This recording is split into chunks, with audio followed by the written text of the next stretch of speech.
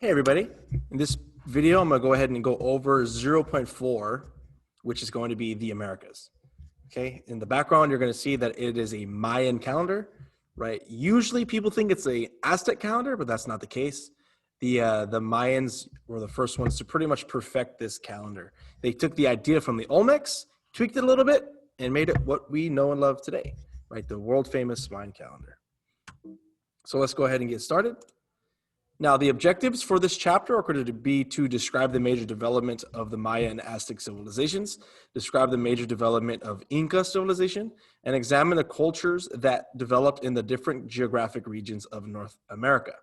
Now, the vocab words I want you to use for this session are going to be Mesoamerica, the Olmec, Tenochtitlan, Chinampas, Pachacuti, Inca, Yapunki, Quipu, Sapa Inca, Pueblo, and then on the bottom, it's earthworks, but you can't see it. So let's go ahead and get started. Now, it's the civilizations of Mesoamerica. First, we need to talk about what Mesoamerica is, right? So Mesoamerica is the great stretch of land that starts at southern United States, modern day southern United States, right? Parts of California, Nevada, Arizona, Texas. And it goes all the way down to South America, all the way down to here. You can't really see it, but all the way down to where that little thing ends, right? So what you're going to see there is you're going to see a lot of people there that are going to come from usually Asia, right? That's usually where most of the historians agree where the people come from, right? Way back in when humans are becoming, a species of people, right? So they're going to be able to come across right there where it says Siberia on the top. That at one point was completely frozen. So there was a land bridge, right? That's what a land bridge is going to be called. So you're going to have people migrating all the way from Siberia to right, which is part of Russia at the time, across to Alaska, and work their way all the way down into eventually everywhere, right? Humans get to everywhere pretty much. So the Mesoamerica is the name for the area that is most of Mexico, parts of the United States, most of Mexico, all the way down to like Guatemala, Panama, and that area. Okay. As you can see right there, we're going to go over these three civilizations, the Olmecs, the Maya, and the Aztec. Right. The first one is going to be the Olmec. They're going to be like the OGs of Mexico. Then you're going to have the Maya, who are going to come in and do what the Olmec do, but better. They're going to build upon it. And then all of a sudden, at about roughly 900 AD, they're going to disappear, right? And it's going to take a couple hundred years for another civilization to come and pretty much conquer most of Mexico, and that's going to be the Aztecs. They're going to last from 1325 all the way to 1520s, right? All the way to the Spanish conquest of Mexico, right? The Spanish are going to be the reason why the Aztecs die out. Now, we're going to go ahead and get started. Now, civilizations of Mesoamerica. People first came, like I said earlier, to the Americas from Asia between 60,000 BC and 18,000 BC. They may have walked across a land bridge or come by boat. In Mesoamerica, a cultural region including Mexico and Central America, people grew maize and other crops. They raised animals and settled in the villages by about 1500 BC. As populations grew, some of the villages developed into early great cities of the Americas. And we're going to talk about some of those cities. Now, let's talk about the Olmecs, right? Famously, the Olmecs, the Olmecas, right? The earliest of the American civilizations developed along the Gulf Coast of Mexico. That civilization lasted from about 15 BC to 400 BC. So that's a good chunk of time. A class of priests and nobles led it. Later, Mesoamerican peoples, including the Maya and the Aztecs, adopted elements of the Olmec culture, such as a carved stone, hieroglyphs, and the calendar. Now, the Olmecs were extremely advanced for what they were and where they were in the world, right? Since they weren't in Eurasia, which is Asia or Europe or parts of Africa, they were pretty much cut off from the rest of the world. That being said, they were able to make very innovative technologies, right? For example, they were able to seamlessly, as you can tell by this Olmec head, were seamlessly able to cut stone, right? They were able to decorate stone. They were able to carve out hieroglyphs and able to create calendars on walls of stone. As you can see here by the all famous Olmec heads, look at the amount of detail and look at the size of that, right? That was found outside of Merida, I believe, in the Yucatan. So let's go talk about the Maya. The Maya, around 300 BC, the Maya were building large cities in present-day Guatemala. By the time the Maya Golden Age began, about 80 to 50, Maya civilizations included large independent city-states throughout southern Mexico and Central America. The Maya were not united politically as an empire. Instead, cities maintained contact through trade and sometimes warfare. Maya cities included temples, palaces, stelae, which were tall stone monuments decorated with carvings. Scribes carved each stela with historical information, such as the names of rulers and dates. They also wrote about astronomy and religion in books made of bark paper. However, around 8900, the Maya abandoned most of their cities, possibly because of frequent warfare and over-farming. Now, quickly, let's talk about the Maya. Let me go into a little bit more detail. Now, like I said earlier, the Maya are going to be really, really good at adopting a lot of the Olmec traditions and mythology. They're going to create a religion based around that, and they're really, really, really going to, dedicate most of their life to this religion, right? It's going to be the driving force behind their civilization, not warfare, not, a constant state of conflict, not the need to expand its borders, but they want to have a really good spiritual life. So that's going to drive their daily lives.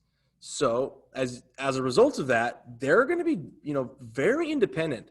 A lot of their city states are going to be connected through culture. They're going to be connected through language, through song, through religion, like I said earlier. So they're not going to be controlling each other politically. They're going to let each other be their own thing. Not like the next group of people that we're going to talk about, not like the Aztecs. The Aztecs were very, very, very war driven. All they wanted to do was conquer and fight and prove themselves worthy to their gods, right? The Maya were not like that at all. Now, quickly, a stele is very similar to what I showed you guys when we talked about the Hammurabi Code, right? Hammurabi went and built these massive stone structures where he carved on different laws. Well, the Maya are going to do the same thing pretty much, except for with laws, they're going to write down their history. They're going to draw out astronomical calendars. They're going to go and draw out what their gods look like and stuff like that. Really, really interesting things. Now, the most interesting thing about the Maya is the fact that they just vanished, right? We really don't know what happened to them. So luckily for us, for historians and archaeologists and people who want to study this, since the Maya were so good to everyone around them, a lot of cultures that were surrounding them, a lot of different tribes and a lot of different indigenous groups who could have written histories about them will say, that they weren't necessarily very, warlike. So you could kind of not use that, right? You cannot use that really, the excuse.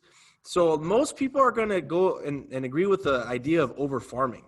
Now, over-farming is a thing because as you grow food on land, over time, that land's nutritional value depletes. Now, what does that mean? That means that after a time, the food that you grow, the plants, it absorbs so much nutrients out of the ground. Now, what happens if there's no more nutrients left? Well, nothing's going to grow. And that's what a lot of people think happened to the Maya. So when their cities can no longer be fed, a lot of the people just straight up left, right? They migrated somewhere else where the food is going to be able to grow. And that would leave massive cities, right? Because they weren't planning on the food not being there no more. Okay? So now, again, this is the Mayan temple found in Guatemala. Gorgeous, gorgeous photograph. Right, as you can tell, they have a mastery of stone, right? They're able to create these bricks. They were able to create these beautiful, beautiful architectural masterpieces, okay? Now, we all know what this is, right? We all know what this is. This is the middle emblem, the coat of arms for Mexico, the modern Mexican flag, right? Now, how did this eagle eating a snake on a cactus, where does it come from? Well, it comes from a very, very, very old prophecy, right? A prophecy is a promise. Prophecy is a mystical type of this is going to happen, and when this happens, right, type of thing. Right. Well, this group of people, this group of tribes were traveling nomadically from area to area in a place called Aztlan, right? That's what they called their place, right in the north of Mexico. But they were traveling along the deserts, and eventually some priest told them, we have to settle where we see an eagle eating a serpent on a cactus, right? So they looked for it. They looked everywhere for it. And eventually, this group of tribe or this group of individuals, they're going to find this. They're going to find an eagle eating a snake on a cactus. Right? It takes hundreds of years for them to find it, but eventually they do. And that's where they decide to settle down. That's where they decide to create their own community, right?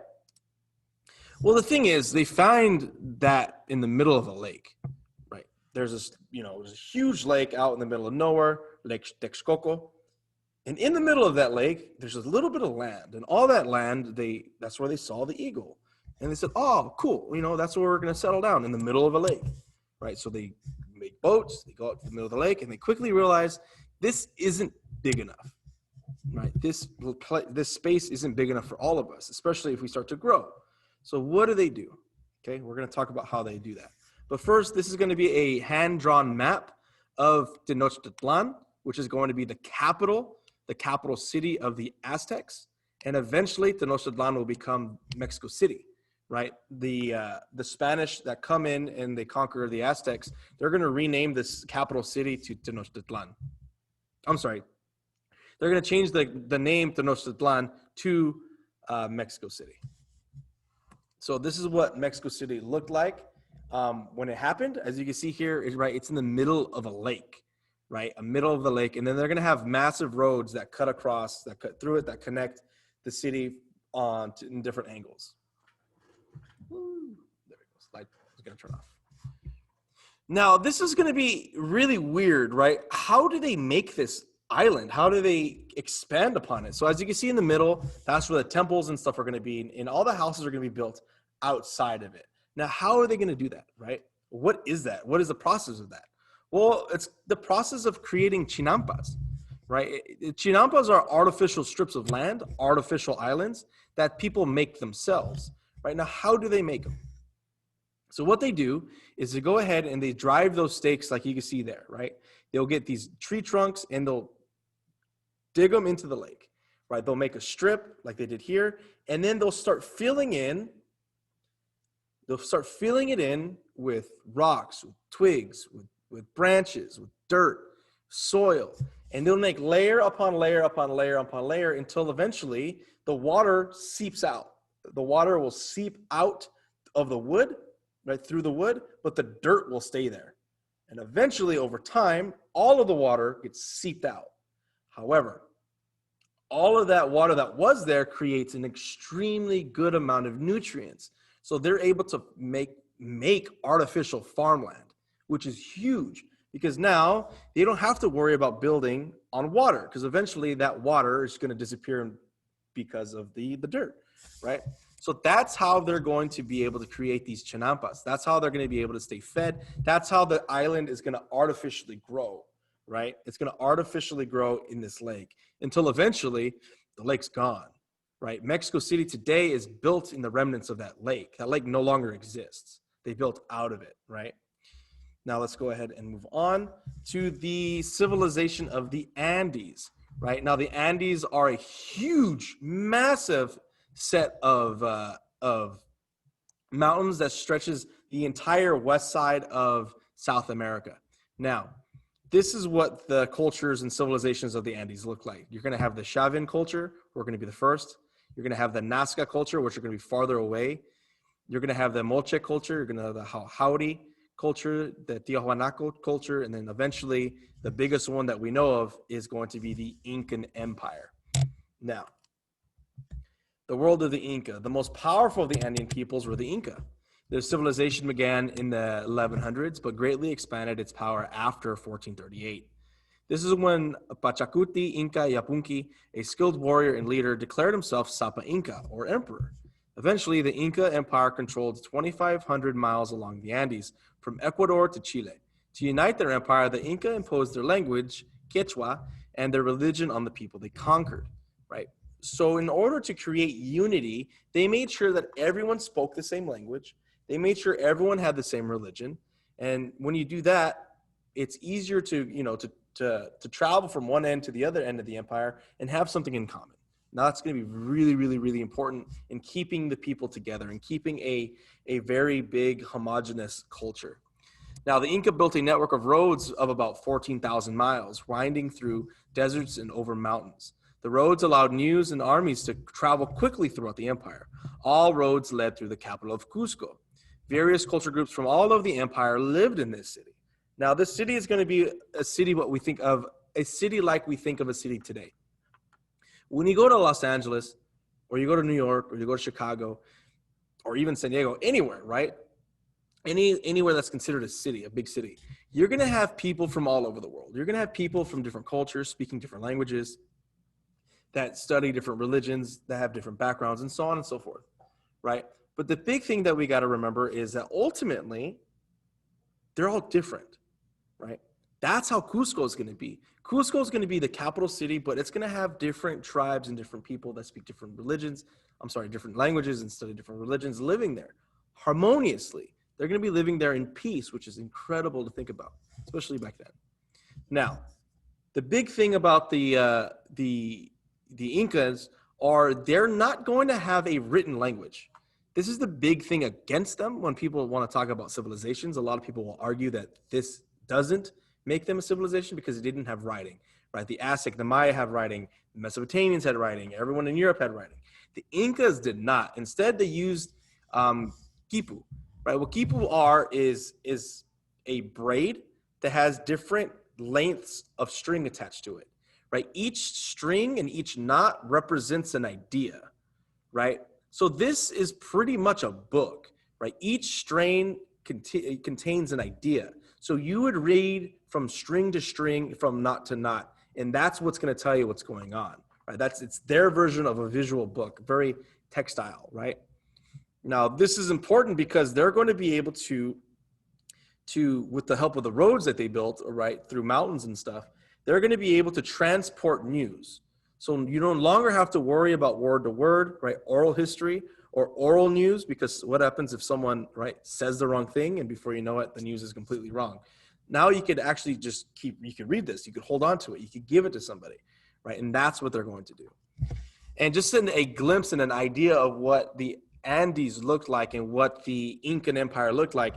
This is the right here on the right-hand side. That's the remains of Machu Picchu, which was an ancient, not ancient, but I guess ancient, which is an ancient an ancient site of the Andes, of the Incans, right? And if you look in that picture, it's all mountains, right? It's all mountains. Now, this geography is completely different than the geography found in Mexico City, right? Tenochtitlan. Now, how do you think people are going to respond to that, right? How do you think people's bodies are going to be built? They're going to be built differently. They're going to have different different diets, because different food are going to be able to be grown there, right? You can't grow the same food you can in Tenochtitlan than you can in Machu Picchu, right? So, for example, in Mesoamerica, they grew corn, they grew maize, they grew maize.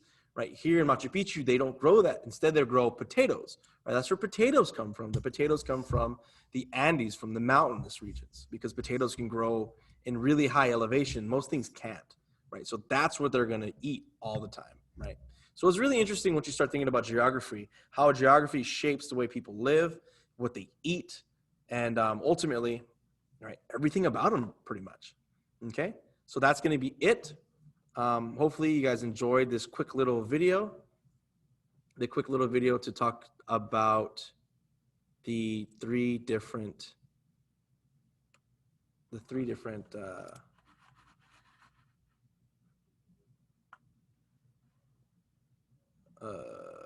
civilizations. I'm sorry, I'm trying to stop the recording, but my mouse disappeared. All right, well, that's it. I'll talk to you guys later. Bye-bye.